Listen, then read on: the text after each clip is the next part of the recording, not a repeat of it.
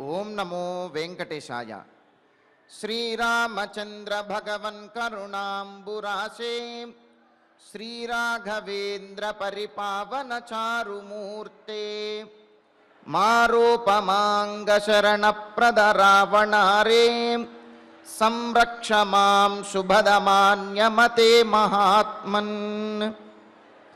కరుణాసాగరుడు, మహాసుందరమైనటువంటి స్వరూపము గలవాడు, రావణాసురుణ్ణి వధించి సమస్త లోకములకు శుభాన్ని చేకూర్చినటువంటి శ్రీరామచంద్రునికి నమస్కరిస్తూ తదభిన్న స్వరూపుడైనటువంటి ఆ శ్రీనివాసుని యొక్క దివ్య అనుగ్రహ విశేషం చేత సమస్త మానవాళికి ధర్మ తత్పరతను సకల కార్యసిద్ధిని చేకూర్చాలన్నటువంటి సంకల్పంతో తిరుమల తిరుపతి దేవస్థానం వారు నిర్వహిస్తున్నటువంటి శ్రీమద్ రామాయణం అయోధ్యాకాండ ప్రవచన పారాయణ కార్యక్రమంలో నేటికి మనం 362వ రోజులోకి ప్రవేశించాం. ఈ కార్యక్రమంలో ముందుగా అన్నమాచార్యుల వారి సంకీర్తన అయినటువంటి అన్నిటా శ్రీ హరిదాసుడగు వానికి అనేటటువంటి సంకీర్తనను శ్రీమాన్ జి మధుసూదన్ రావు గారు, అన్నమాచార్య ప్రాజెక్టు కళాకారులు వారి బృందం యొక్క సహకారంతో ఆలపిస్తారు. శ్రవణం చేద్దాం. ఓం నమో వెంకటేశాయ.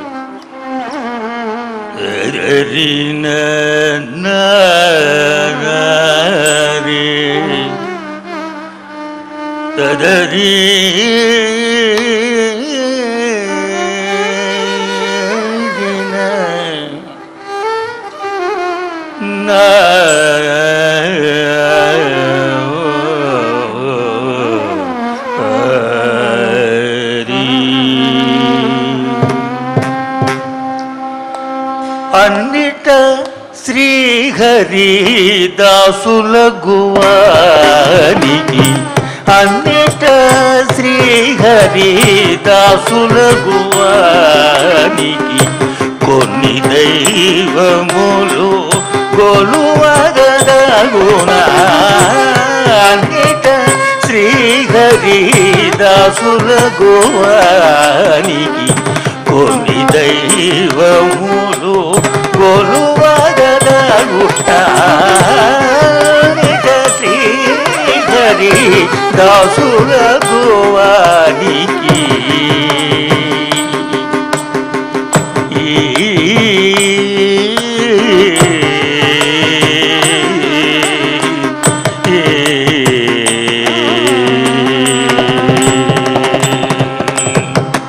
విహిత కర్మము చేసి వెదకేటి హరినీటి, విహిత కర్మము చేసి వెదకేటి హరినీటి, సహజమై కొలిచేటి సరస్వతికి. విహిత కర్మము చేసి వెదకేటి హరినీటి, సహజమై కొలిచేటి సరస్సునికి. గగనపు గర్వాలు గడమలైన నేవి, గగనపు గర్వాలు గడమలైన నేవి, మహి కనకాద్రికి మరి పైడివలేనా. గగనపు గర్వాలు గడమలైన నేమి, మహి కనకాద్రికి మరి పైడి వలేనా. అన్నిట శ్రీహరి దాసులగువానికి కొన్ని దైవముల కొలువగదగునా. అన్నిట శ్రీహరి దాసులగువానికి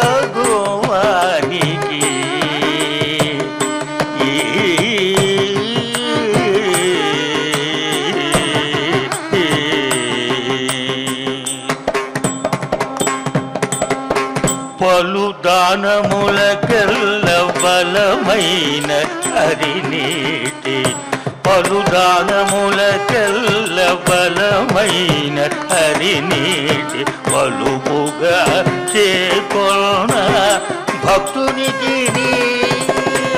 పలుగానములకెల్ల బలమైన హరినీటి పలుపుగా చేకొన్న భక్తునికి నెలకొని ఆతడన్నయు చేసిన వాడే నెలకొని ఆతడన్నయు చేసిన వాడే తెలిసి సూర్యుని చూడ దీపాలు వలెనా నెలకొని ఆతడన్నయు చేసిన వాడే తెలిసి సూర్యుని చూడ దీపాలు వలెనా అన్నిట శ్రీహరి దాసుల గువానికి కొన్ని దైవముల గొలువగడగునా అన్నిట శ్రీహరి దాసుల గువానికి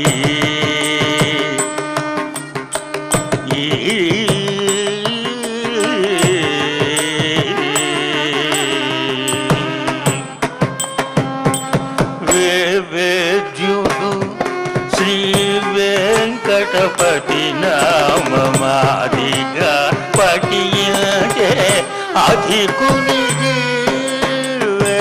వేద్యుడు శ్రీ వెంకటపతి నామమాదిగా పఠించే అధికునికి ఆదైన చదువు ఆదచేతి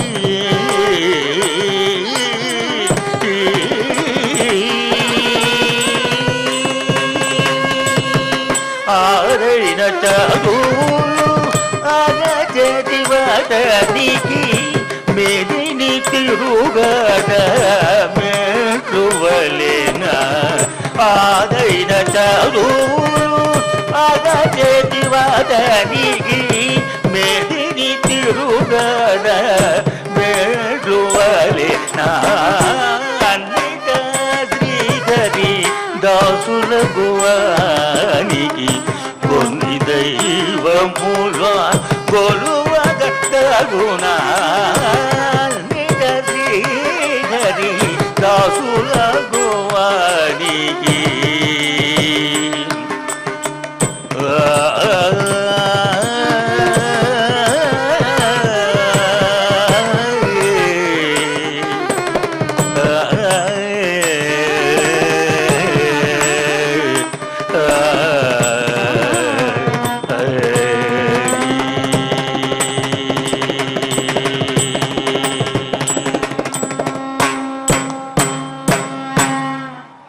సంకీర్తనను ఎంతో చక్కగా శ్రవణం చేశాం.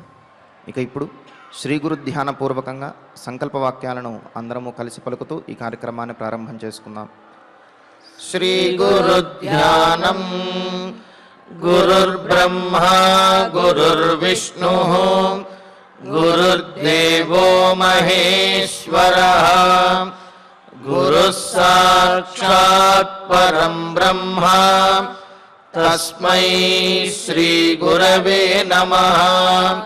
శ్రీనివాస ధ్యానం శ్రీ వెంకటాద్రినిలయః కమలాకాముకః పుమాన్ అభంగుర విభూతిర్నః స్తరంగయతు మంగళం.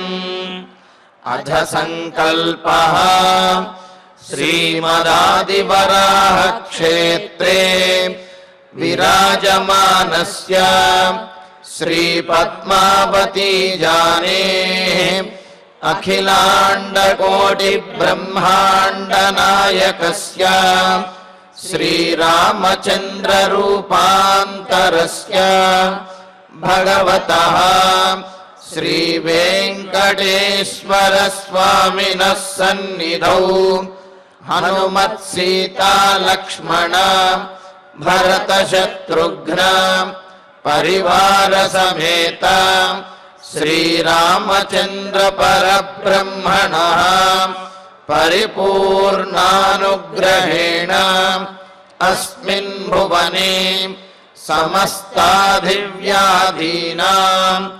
నివారణార్థం భారతవర్షే విద్యా విత్త వాణిజ్య కృషి వైద్య వైజ్ఞానిక దేశరక్షణాదిరంగేషు విద్యమానానాం ఆస్తిక మహాజనానాం సర్వేషాం సకుటుంబానాం ఆయురారోగ్యైశ్వర్య సద్బుద్ధీత్యాది సర్వశుభఫలప్రాప్త్యర్థం ధర్మాచరణద్వారా శ్రీరామరాజ్యస్య పునర్వ్యవస్థాపనార్థం ఉద్యోగార్థినాం సముచితోద్యోగప్రాప్త్యర్థం దంపతీనాం అనుకూల దాంపత్య సిద్ధ్యర్థం సంతానస్య పితృవాక్య పరిపాలనానుకూల బుద్ధి ప్రచోదనార్థం సకల కార్య సిద్ధ్యర్థం గో సంరక్షణార్థం చ శ్రీమద్వాల్మీకి రామాయణే అయోధ్యాకాండే యథాశక్తి శ్లోకం వ్యాఖ్యాన పురస్సరం పంచచత్వారింశ సర్గశ్లోక పారాయణం తథా శ్రీధన్వంతరి మంత్ర పారాయణం చ అన్యోన్య సాహాయ్యేన ఆచార్యముఖేన కరిష్యామహే. శ్రీవాల్మీకి ప్రార్థనా కూజంతం రామ రామేతి మధురం మధురాక్షరం ఆరుహ్య కవితాశాఖాం వందే వాల్మీకి కోకిలం.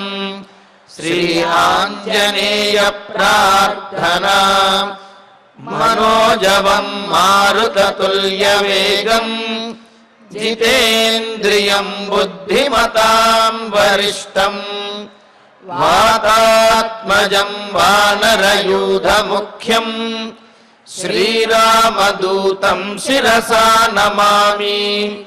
శ్రీరామాయణ ప్రార్థనా వాల్మీకిగిరి సంభూత రామసాగరగామిని పునాతి భువనం పుణ్యా రామాయణ మహానదీ. శ్రీరామ ప్రార్థనా అయోధ్యాఖ్యేతు గుర్వర్ధే త్యక్త్వా రాజ్యం గిరౌ వసన్ పాదుకే భరతాయాదాత్ సరామ శరణం మమ. శ్రీరామచంద్ర పరబ్రహ్మణే నమః. అథ శ్రీమద్ రామాయణే ఆదికావ్యే అయోధ్యాకాండే పంచచత్వారింశః సర్గః. శ్రీమన్నారాయణ చరణౌ శరణం ప్రపద్యే. శ్రీమతే నారాయణాయ నమః. శ్రీరామాయ నమః. అవేక్షమాణః సస్నేహం చక్షుషా ప్రబిబన్నివ ఉవాచ రామస్నేహేన తాః ప్రజాః స్వాప్రజా ఇవ. అయోధ్యానగరంలో ఒక పక్క కౌసల్యాదేవి యొక్క మందిరంలో, ఆమె అంతఃపురంలో దశరథ మహారాజు పుత్రశోకంతో విలపిస్తూ ఉన్నాడు. ఆయనను ఓదార్చడానికి దగ్గర కూర్చుని నిమురుతూ ఉన్నటువంటి కౌసల్యాదేవి కూడా ఆమె పుత్రశోకంతో బాధపడుతూ ఉంటే సుమిత్రాదేవి ఆమెకు ధైర్యాన్ని చెప్పి ఆమె శోకాన్ని కొంత తీర్చినది, ఆమెలో ధైర్యాన్ని నింపినది. మరి మరి ఒక పక్క రామచంద్రమూర్తి అయోధ్య నగరాన్ని దాటి రథంలో వేగంగా వనవాసానికి వనం వైపుకు వెళుతూ ఉంటే, ఆ వన మార్గంలో వెళుతూ ఉంటే అయోధ్యాపుర ప్రజలు ఆయనను విడవలేకుండా ఉన్నారు.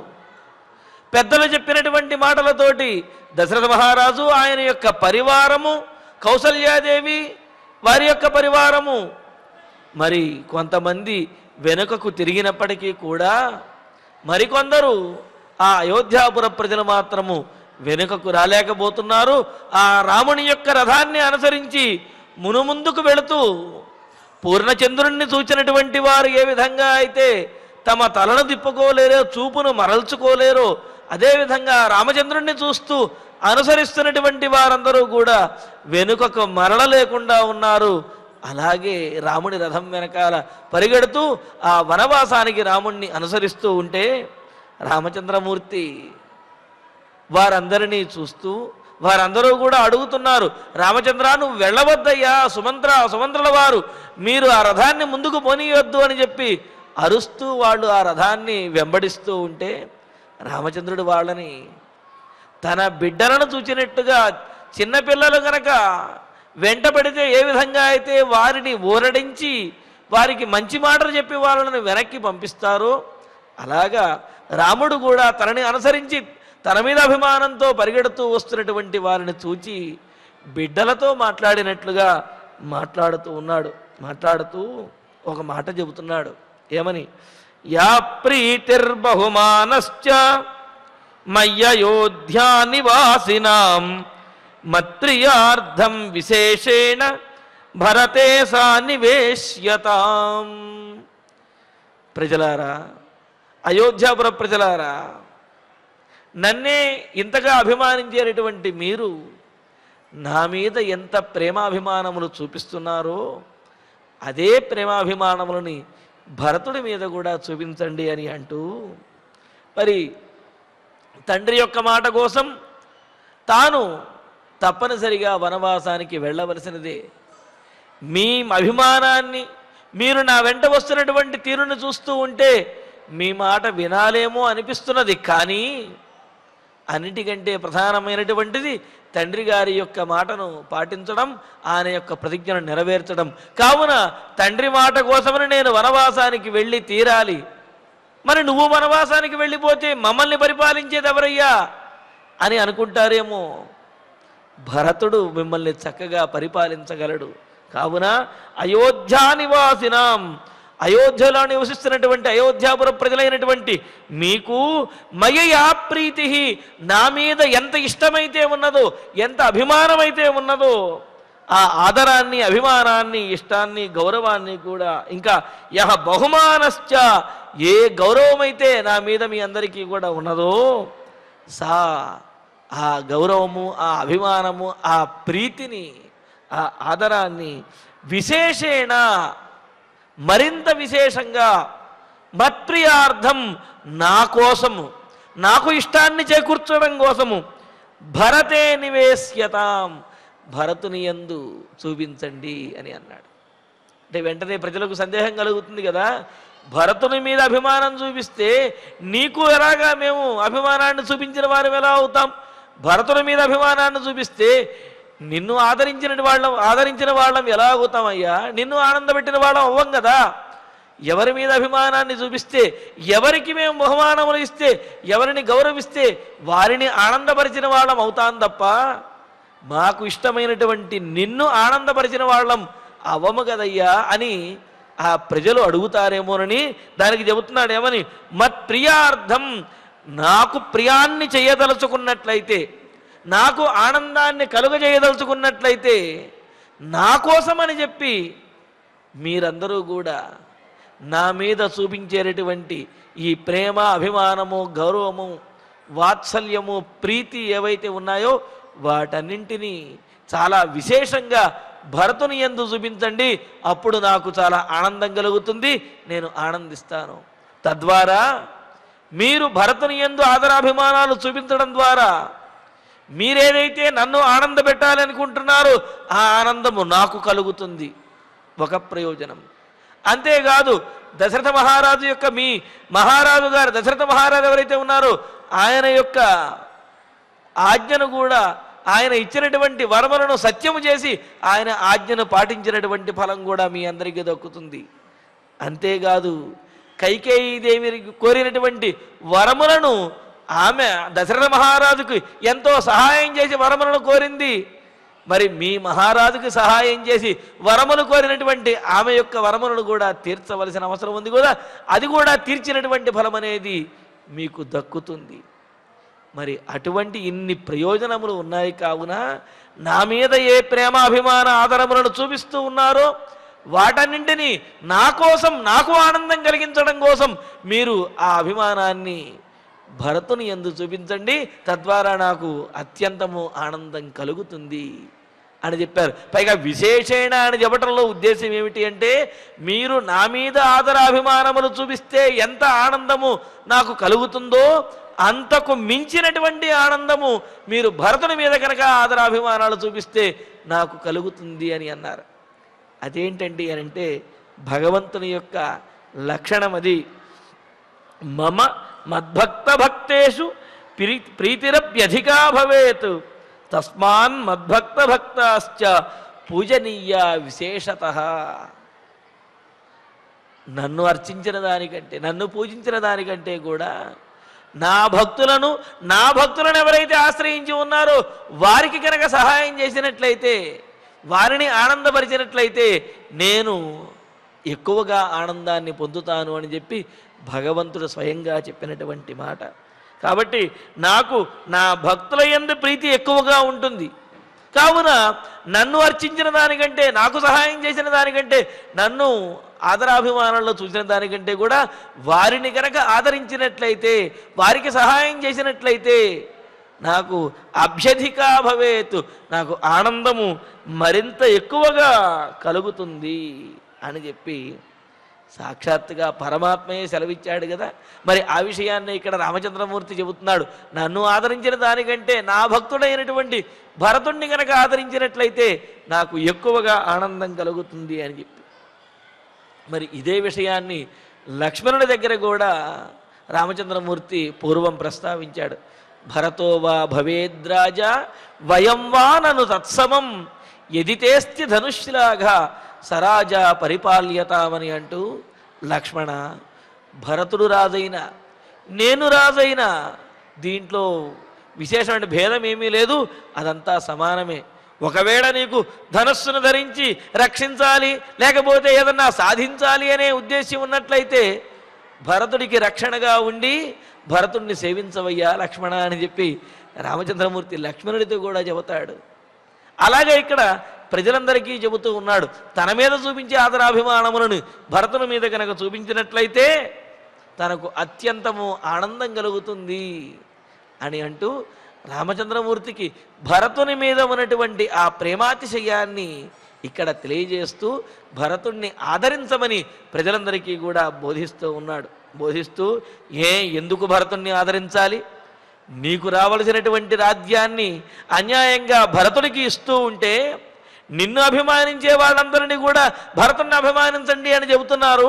ఇది ఎంతవరకు సబబు అని అంటే, నాలో కళ్యాణ గుణములు ఉన్నాయని ఏ విధంగా అయితే మీరు భావిస్తున్నారో అలాగే భరతునిలో కూడా అనేకమైనటువంటి కళ్యాణ గుణములు ఉన్నాయని సాక్షాత్తుగా రాముడే చెబుతూ, సహి కళ్యాణ చారిత్ర కైకేయ్యానందవర్ధన కరిష్యతి యథావద్వః ప్రియాణి చ హితాని చ. నేనైతే బాగా పరిపాలిస్తాను, నేను బాగా ప్రజలను బాగా చూసుకుంటాను అని చెప్పి మీరందరూ భావిస్తున్నారు కదా. రాముడు అంటున్నాడు ప్రజలతోటి, తన వెంట పరిగెత్తుకు వస్తున్నటువంటి ప్రజలతోటి తాను రథంలో ముందుకు వెళుతూనే రామచంద్రమూర్తి వాళ్ళతోటి మాట్లాడుతూ ఉన్నాడు.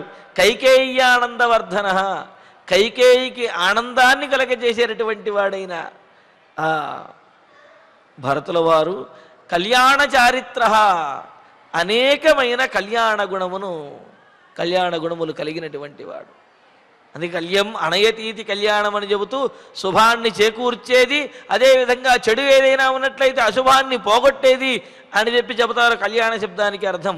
కావున భరతుడు కష్టములను తొలగించి సకల శుభాలను కూడా అందించగలిగినటువంటి సమస్త కళ్యాణ గుణములు కలిగినటువంటి వాడు, శుభకరమైనటువంటి నడవడిక కలవాడైన సహా ఆ భరతుడు యథావద్వహ పూర్వంలాగానే, ఇంతకుముందు ఏ విధంగా అయితే మీకు అనుకూలంగా ఉన్నాడో ఆ విధంగా, ఇంతకుముందు దశరథ మహారాజు ఏ విధంగా అయితే మిమ్మల్ని అందరినీ కూడా పరిపాలించాడో ఆ విధంగా నేను గనక రాజైతే మిమ్మల్ని పరిపాలిస్తాను అని చెప్పి మీరు ఏ విధంగా అయితే ఊహించుకున్నారో ఆ విధంగా యథావతు, ఆ విధంగా వహ ప్రియాణిచ హితానిచ కరిష్యతి, మీకు ప్రియములను హితములని కూడా కలుగజేస్తాడు అని అంటున్నారు.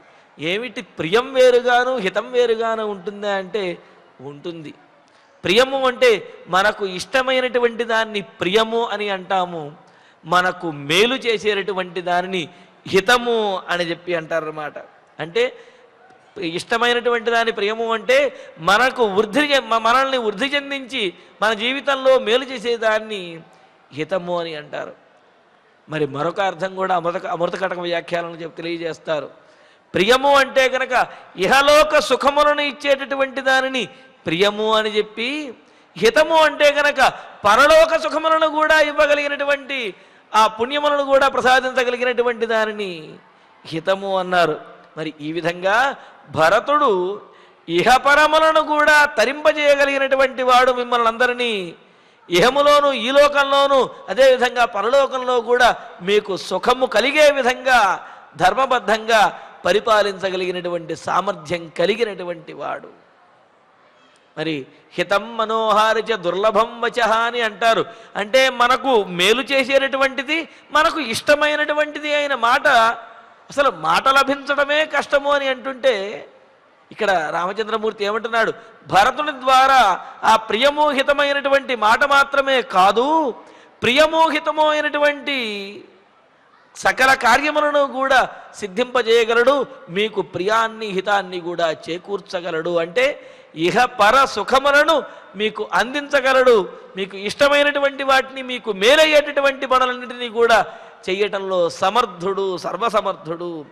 కావున భరతుని విషయంలో మీరు అనుమానించవలసిన అవసరమేమీ లేదు.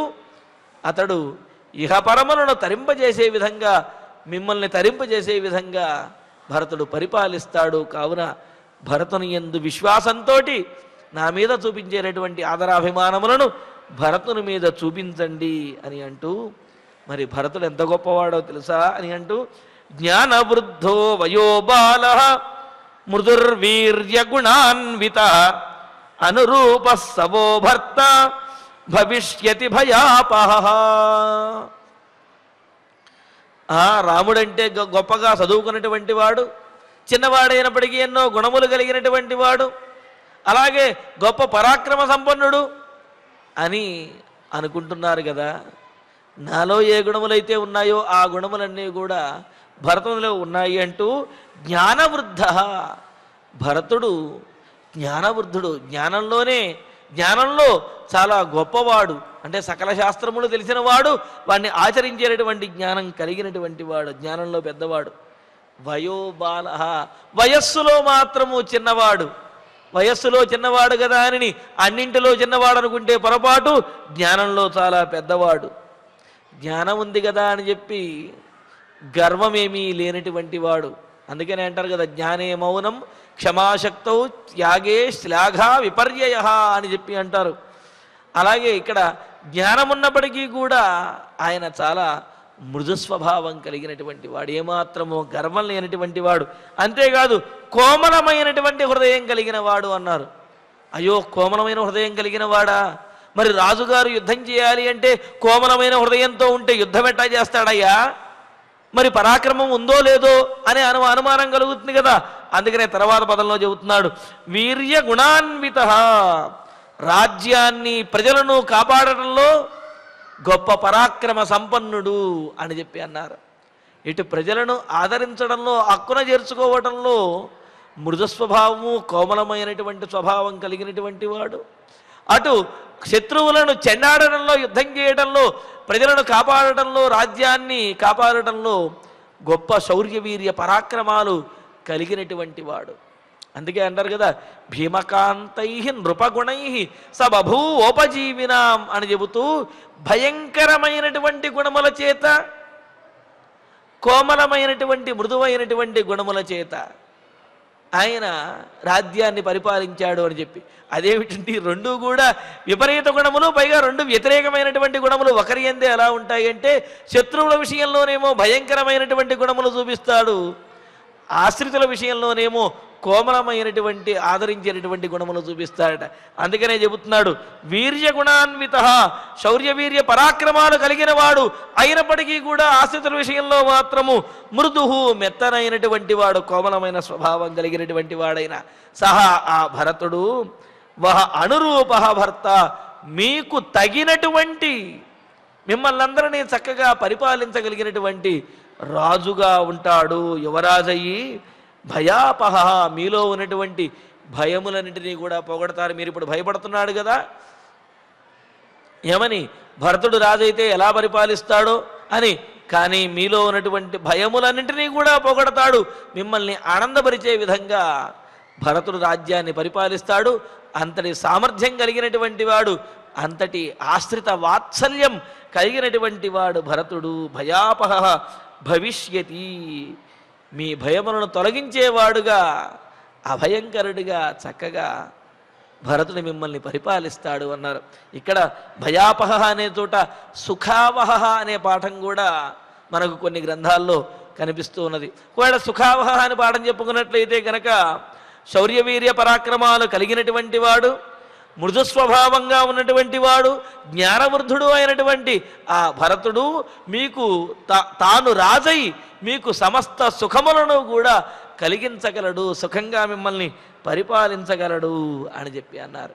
ఇక్కడ జ్ఞానవృద్ధ అనే చోట చూడండి, వృద్ధత్వం అనేది 4 రకాలుగా వస్తుంది. పెద్దరికం అని అంటాం కదా, ఈ పెద్దరికం వృద్ధత్వం అనేది 4 రకాలుగా ప్రాప్తిస్తుందిట. ఏమిటి అంటే, వైరాగ్యం చేత పెద్దవారు, విద్యతో పెద్దవారు, జ్ఞానంతో పెద్దవారు, వయస్సు చేత పెద్దవారు. వైరాగ్యం అంటే చిన్న వయస్సులోనే ఈ ఇతరములైనటువంటి విషయముల మీద, ఇహలోకంలో ఉన్నటువంటి సుఖముల మీద కూడా వైరాగ్యాన్ని పొందడం ద్వారా వాటిని లెక్క చేయకుండా పరమాత్మ యందే దృష్టి పెట్టగలిగినట్లయితే అప్పుడు వారు పెద్దవాళ్లే అవుతారు. మరి సర్వసంగ పరిత్యాగులు, యతీశ్వరులు వాళ్ళందరూ కూడా అటువంటి వారే కదా. చిన్న వయస్సులోనే ఇహలోక సుఖములను విడిచిపెట్టేసి వాటి మీద ఆశను వదులుకొని, ఆశ లేకుండా ఉంటూ పరమాత్మ యందు మనస్సు లగ్నం చేయగలిగిన వాళ్ళు వృద్ధులు, పెద్దలు అని చెప్పి అనాలి. మరి విద్య బాగా చదువుకున్నటువంటి వారు ఎవరైతే ఉన్నారో, పాండిత్యం కలిగినటువంటి వారు కూడా పెద్దలు అని చెప్పి అన్నారు. అలాగే జ్ఞానము కేవలము పాండిత్యమే కాదు, దానికి తగినటువంటి సమయస్ఫూర్తి, ఆచరణ, అదేవిధంగా సకల విధమైనటువంటి అంటే ఏమిటి, యుక్తాయుక్త విచక్షణ కలిగిన ఎవరైతే ఉంటారో పాండిత్యంతో పాటుగా వారిని జ్ఞానవృద్ధులు అని అంటారు. ఇక 4వ వారు వయోవృద్ధులు, అంటే వయసు పెరిగినటువంటి వారు అని చెప్పి. ఈ విధంగా వైరాగ్యం వల్ల వృద్ధులు, విద్య వల్ల వృద్ధులు, జ్ఞానం వల్ల వృద్ధులు, వయస్సు వల్ల వృద్ధులు అని 4 రకాల వృద్ధులను తెలియజేస్తే, ఇక్కడ భరతుడు వయసుతో వృద్ధుడు కాదు కానీ, వయోవృద్ధుడు కాదు కానీ, ఒక పక్క విద్యావృద్ధుడు, అంతేకాదు అదేవిధంగా జ్ఞానంలో గొప్ప వృద్ధుడు అని చెప్పి అన్నారు. అంతేకాదు ఇహలోకంలో ఉన్నటువంటి సుఖముల మీద ఆశ లేకుండా తనల్ని నమ్ముకున్నటువంటి వారినే కాపాడడంలో కూడా చాలా పెద్దవాడు అని చెప్పి అన్నారు. అందుకనే ఇక్కడ రామచంద్రమూర్తి చెబుతూ జ్ఞానవృద్ధుడైనటువంటి ఆ భరతుడు మిమ్మల్ని చక్కగా పరిపాలించగలడు అని చెప్పి అన్నారు. పైగా వీర్యగుణాన్విత అంటే పరాక్రమం కలిగినప్పటికీ మృదు స్వభావము అంటే కామంతక నీతి శాస్త్రంలో చెబుతారు, పరాక్రమానికి అలంకారం ఏంటయ్యా అంటే క్షమాగుణమే పరాక్రమానికి అలంకారము అని చెప్పారు. అటువంటి క్షమాగుణం కూడా బాగా కలిగినటువంటి వాడు భరతుడు అని అంటూ, సహిరాజగుణైర్యుక్త యువరాజ సమీక్షిత అపి చాపి మయాశిష్టై కార్యం వో భర్తృశాసనం. అంతేకాదు ఎందుకని మీరు భరతుణ్ణి గౌరవించాలని చెబుతున్నాను అంటే, రాజగుణై యుక్త, అనేకమైనటువంటి రాచరిక గుణములు కలిగినటువంటి వాడు, రాజుకు ఉండవలసినటువంటి సమస్తమైనటువంటి లక్షణములు కలిగినవాడు. అంతేకాదు సహ భరత వహ యువరాజ రాజ్ఞా సమీక్షిత, మీకు యువరాజుగా ఉండాలి అని చెప్పి రాజుగారి చేత నిర్దేశించబడ్డాడు. కావున యువరాజుగా ఉండాలి అని చెప్పి రాజుగారి చేత, మహారాజు చేత ఎవరైతే నిర్దేశించబడ్డాడో అటువంటి భరతుడు ఇంకా ఏమిటి, మయా శిష్టై వహ భర్తృశాసనం కార్యం, అలాగా రాజుగారి చేత రాజాజ్ఞగా భరతుణ్ణి నియమిస్తూ ఉంటే ఆ రాజాజ్ఞను మనందరము కూడా పరిపాలించవలసినటువంటి అవసరం ఉన్నది. కావున రాజాజ్ఞను పాటిస్తూ నేను వనవాసానికి వెళ్ళాలి, రాజాజ్ఞను పాటిస్తూ భరతుడు పట్టాభిషిక్తుడు కావాలి, అదే రాజాజ్ఞను పాటిస్తూ మీరందరూ కూడా భరతుణ్ణి ఆదరించి తీరాలి. ఇది మీ ధర్మము, రాజధర్మము, నా ధర్మము కూడా అదే. కావున మనందరము మన ధర్మములను పాటిస్తూ భరతుణ్ణి ఆదరిద్దాము అని రామచంద్రమూర్తి ఆ ప్రజలందరితో చెబుతూ, నచ తప్యేద్యథాచాసౌ వనవాసంగతే మయి మహారాజస్తథా కార్యః మమ ప్రియ చికీర్షయా. మయి వనవాసంగతే, ఇంతేకాదు మరొక కారణం కూడా ఉన్నది. ఏమిటి అంటే, నేను వనవాసానికి వెళ్ళిపోతే మా తండ్రి దశరథ మహారాజు గారు మరింతగా బాధపడతారు. మరి అంతా అలా బాధపడేటువంటి వాడిని ఓదార్చవలసినటువంటి బాధ్యత, అయోధ్యానగరంలో ఉండి ఓదార్చవలసిన బాధ్యత మీ అందరి మీద ఉన్నది. కావున మయి వనవాసంగతే అసౌ మహారాజ యథా నతప్యేత్, నేను వనవాసానికి వెళ్ళిపోతే మా తండ్రి దశరథ మహారాజు గారు ఏ విధంగా అయితే దుఃఖాన్ని పొందకుండా ఉండగలడో ఆ విధంగా మీరందరూ కూడా మమ ప్రియ చికీర్షయ తథా కార్య, మీరందరూ దశరథ మహారాజుని ఆ విధంగా చూసుకోవాలి. అంటే ఏమిటి, అనునయిస్తూ అనుకూలమైనటువంటి ఆచరణల చేత మహారాజుకి సంతోషాన్ని కలుగజేస్తూ, మహారాజులో ఉన్నటువంటి పుత్ర వియోగ దుఃఖం ఏదైతే ఉందో ఆ దుఃఖాన్ని మీరందరూ కూడా పోగొట్టాలి, మహారాజుని సాంతనపడే విధంగా మీరందరూ చెయ్యాలి అని చెప్పి ప్రజలతో అంటూ, యథా యథా దాశరథి ధర్మ ఏవాస్థితో భవతు తథా తథా ప్రకృతయః రామం పతిమకామయన్. ఇలా రామచంద్రమూర్తి చెబుతూ ఉంటే మరి ఆ ప్రజలలో మార్పు అనేది రావాలి. కానీ రాముడు ఎంత గొప్పగా భరతుని గురించి చెబుతూ ఉన్నాడో, రాముడు ఎంత గొప్పగా ధర్మమును బోధిస్తూ ఉన్నాడో, అలా బోధించిన కొద్దీ రాముడి యొక్క మాట విన్న కొద్దీ కూడా ఆ ప్రజలెవరూ కూడా రాముడిని విడిచిపెట్టలేకపోతున్నారు. మరింత బలంగా వారి మనస్సులో రాముడితోటే వెళ్ళాలి అనే ఆలోచన కలుగుతూ ఉన్నదన్నమాట. అంతే కదా, సద్గుణములు కలిగినటువంటి వారి యందు, చక్కటి మాటలు మాట్లాడే వారి యందు ఆ ప్రజలకు కలిగే ఆదరాభిమానములు అంత గొప్పగా ఉంటాయన్నమాట. మరి రాముడేమైనా భరతుడి గురించి కాస్త వ్యతిరేకంగా మాట్లాడి ఉంటే రాముడి మీద ఏమైనా ప్రేమాభిమానాలు తగ్గి ఉండేవేమో. కానీ రాముడు భరతుని గురించి ఇంత గొప్పగా చెబుతూ ఉంటే, తనకంటే కూడా భరతుణ్ణి ఎక్కువగా ఆదరించండి అని చెబుతూ ఉంటే ఆ ప్రజలకు మరింత గౌరవం రాముడి మీద పెరుగుతూ ఉన్నది.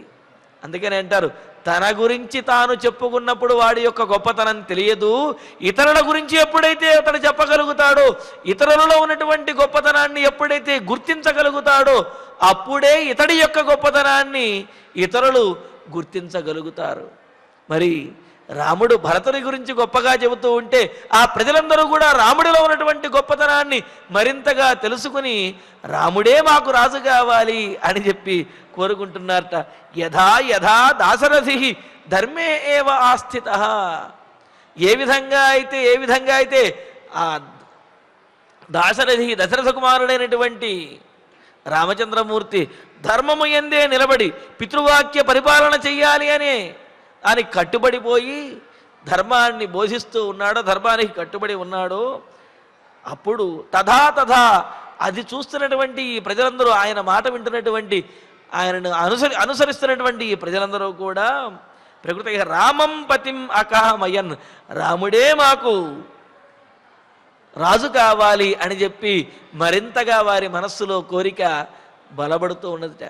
భరతుని గురించి రాముడు ఎంత చెబుతూ ఉంటే రాముని గురించి ప్రజలకు అంత ప్రీతి పెరుగుతూ ఉన్నదన్నమాట.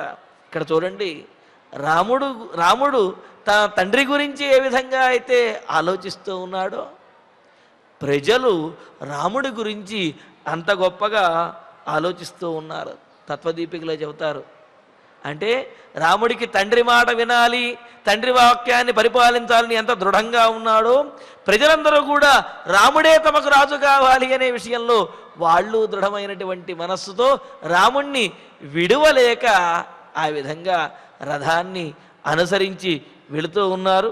మరి రాముణ్ణి అనుసరించి వెళుతున్నటువంటి వారిని ఆ రామచంద్రమూర్తి ఎలా ఆపగలిగాడు? అసలు ఆపగలిగాడా? రాముడి మాటలు వినటువంటి వారు, మరి ఆ ప్రజలలో ఎంతోమంది వయోవృద్ధులు కూడా ఉన్నారు, ముసలివారు. ఇప్పటి రోజుల్లో అయితే ఓ 50 ఏళ్ళు దాటేటప్పటికే మోకాళ్ళ నొప్పులు వచ్చేసి నడవడానికే కష్టంగా ఉన్నది. కానీ అప్పుడు మరి ముసలివారు కూడా ఆ రథాన్ని అనుసరించి రామారామ అంటూ వెనక వచ్చేస్తూ ఉన్నారు. మరి ఆ వయోవృద్ధులను చూచినటువంటి రాముడు ఆగాడా? వారికి ఏ విధంగా సమాధానం చెప్పాడనే విశేషాలని తరువాతి ప్రవచనలో తెలుసుకుందాము. ఇక ఇప్పుడు ఆచార్యుల వారి ద్వారా శ్లోకాలను పారాయణ చేద్దాము. ప్రజలకు ఒక విజ్ఞప్తి, భక్తులందరికీ కూడా జూన్ నెల 2వ తారీఖున ఆదివారం హనుమత్ జయంతి ఉత్సవాలని పురస్కరించుకుని మన తిరుమల గిరులలో ధర్మగిరిలో ఏకదిన దీక్షగా అఖండ సుందరకాండ పారాయణ కార్యక్రమాన్ని నిర్వహించుకోబోతూ ఉన్నాం. సుందరకాండలో హనుమంతుల వారు ఒకరోజు సమయంలోనే లంకా సముద్రాన్ని లంఘించి లంకా నగరానికి వెళ్ళి అక్కడ ఘనకార్యములను చేసి సీతాదేవిని ఓదార్చి ఆమె ఇచ్చినటువంటి గుర్తును తీసుకుని, అదేవిధంగా రావణాసురుడికి ధర్మములను బోధించి లంకా దహనం చేసి మరలా తిరిగి మహేంద్రగిరికి చేరుకున్నారు. ఆ విధంగా హనుమంతుల వారు ఏ విధంగా అయితే ఒక్కరోజులోనే ఆ సుందరకాండలో ఉన్నటువంటి సన్నివేశములన్నీ కూడా, అంటే ఏమిటి, సముద్రాన్ని లంఘించి లంకా నగరానికి వెళ్ళి ఘనకార్యములన్నీ కూడా సాధించి ఏ విధంగా అయితే తిరిగి వచ్చాడో, అదేవిధంగా మనము కూడా ఏకదిన దీక్షతోటి ప్రాతకాలం అంటే ఉదయం 6 గంటలకు మొదలుపెట్టి రాత్రి 10 వరకు కూడా సుందరకాండ పారాయణ కార్యక్రమాన్ని అఖండంగా నిర్విరామంగా మనం చేసుకోబోతున్నాం. ఈ సుందరకాండ పారాయణ కార్యక్రమంలో ఒక పక్క సుందరకాండ పారాయణ, మరి అక్కడే ఆ పారాయణలో ఉన్న శ్లోకాలతో సంపుటితమైనటువంటి యజ్ఞము, హోమము కార్యక్రమం జరుగుతుంది. మరి ఒక పక్క మంత్రానుష్ఠానం, మూలమంత్ర అనుష్ఠాన కార్యక్రమం జరుగుతుంది. ఈ విధంగా పారాయణ, యజ్ఞము, అనుష్ఠానము మొదలైనవన్నీ కూడా మనం ఆ రోజున ఒకే చోట ఈ తిరుమల గిరులలో ధర్మగిరి యందు చూడగలుగుతాము. మరి ఈ సుందరకాండ పారాయణ సామాన్యంగా ఎక్కడ చేసినా ఎప్పుడు చేసినా సరే విశేష ఫలితములు వస్తాయి అని చెప్పి మనకు పెద్దలు తెలియజేస్తూ ఉన్నారు. అందున ఎక్కడైతే భగవానుడు ఆవిర్భవించాడో ఈ తిరుమల గిరులలో అక్కడ కనుక పారాయణ చేసినట్లయితే అనంత గుణితం భవేత్ అన్నారు. అంటే ఏమిటి? అనంతమైనటువంటి ఫలాన్ని ఇస్తుంది అన్నారు. మరి అటువంటి ఈ ఆదివరాహ క్షేత్రంలో జూన్ 2వ తారీఖున ఆదివారం ఏకాదశి పర్వదినం హనుమత్ జయంతి ఉత్సవాలను పురస్కరించుకుని ఏకదిన దీక్షగా మనం సుందరకాండ పారాయణ కార్యక్రమాన్ని ఉదయం నుండి రాత్రి వరకు కూడా అఖండంగా నిర్వహించుకోబోతూ ఉన్నాం. యస్యత్వేతాని చత్వారి అని చెప్పి మనకు సుందరకాండలో చెప్పినట్లుగా ధృతి దృష్టి మతిర్దాక్ష్యం సకర్మసు నసీదతి అని చెప్పినట్లుగా ఆ హనుమంతుడిలో అయితే ధైర్యము, నిశితమైనటువంటి దృష్టి, అదేవిధంగా కుశాగ్ర బుద్ధి, ఓర్పు, అంటే ఆ సామర్థ్యము ఏ విధంగా అయితే ఉన్నాయో అదేవిధంగా ఈ సుందరకాండ పారాయణలో పాల్గొన్న ఆ పారాయణ చూచినప్పటికీ కూడా ఆ భక్తులందరికీ కూడా చక్కటి వారి వారి కార్యములను సాధించడానికి ధైర్యము, కుశాగ్ర బుద్ధి, ఆ సామర్థ్యము ఇవన్నీ కూడా సిద్ధిస్తాయి అన్నారు. బుద్ధిర్బలం యశోధైర్యం నిర్భయత్వం అరోగిత అని చెప్పినట్లుగా ఇంకా అనేకమైనటువంటి ఫలములను సుందరకాండ పారాయణ ద్వారా మనకు పెద్దలు తెలియజేశారు. మరి జూన్ 2వ తారీఖున జరగబోయేటటువంటి అఖండ సుందరకాండ పారాయణ కార్యక్రమంలో భక్తులందరూ కూడా ప్రత్యక్షంగాను అదేవిధంగా వారి వారి ఇళ్ల వద్దనే ఉండి శ్రీ వెంకటేశ్వర భక్తి ప్రసార మాధ్యమం ద్వారాను కూడా ఈ పారాయణ కార్యక్రమంలో పాల్గొని స్వామివారి యొక్క పరిపూర్ణమైనటువంటి అనుగ్రహాన్ని పొందవలసిందిగా తెలియజేస్తున్నాము. ఓం నమో వెంకటేశాయ.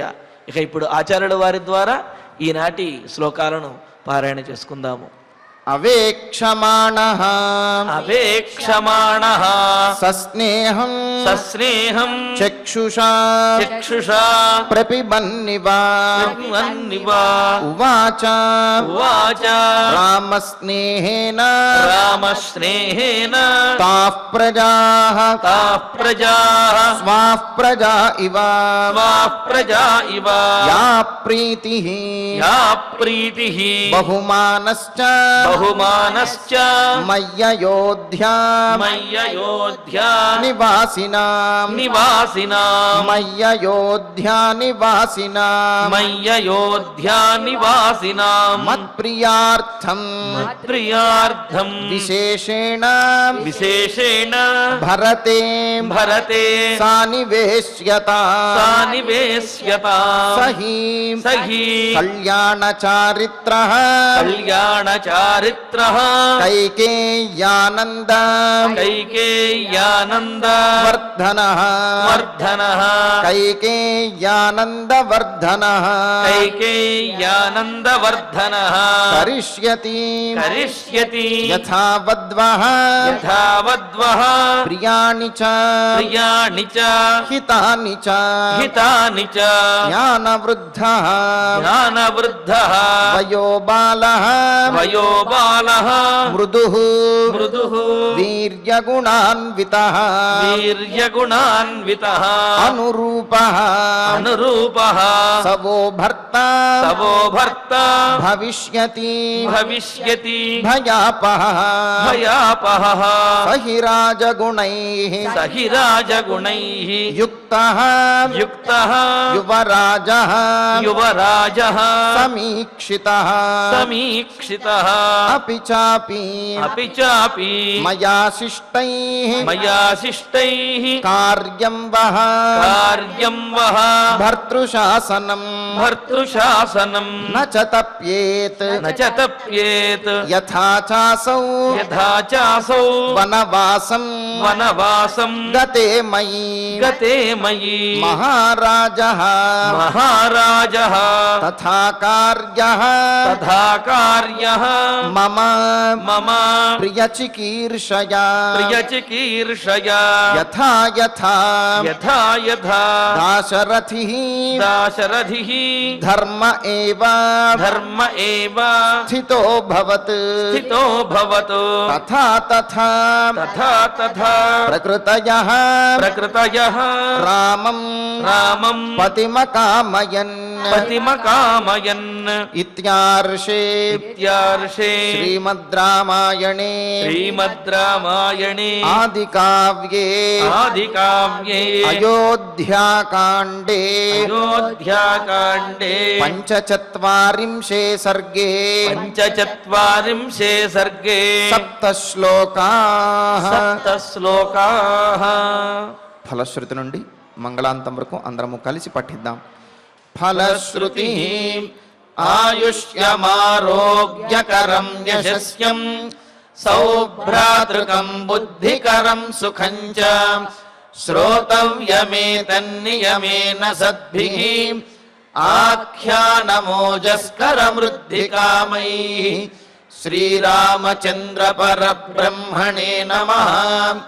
అధ ధన్వంతరి ధ్యానం అచ్యుతానంత గోవింద విష్ణో నారాయణామృత రోగాన్మే నాశయా శేషాన్ ఆశు ధన్వంతరే హరే ఆరోగ్యం దీర్ఘమాయుష్యం బలం తేజోధియం శ్రియం స్వభక్తేభ్యోనుగృహంతం వందే ధన్వంతరిం హరిం ధన్వంతరేరిమం శ్లోకం భక్త్యా నిత్యం పఠంతి యే అనారోగ్యం న తేషాం స్యాత్ సుఖం జీవంతి తే చిరం.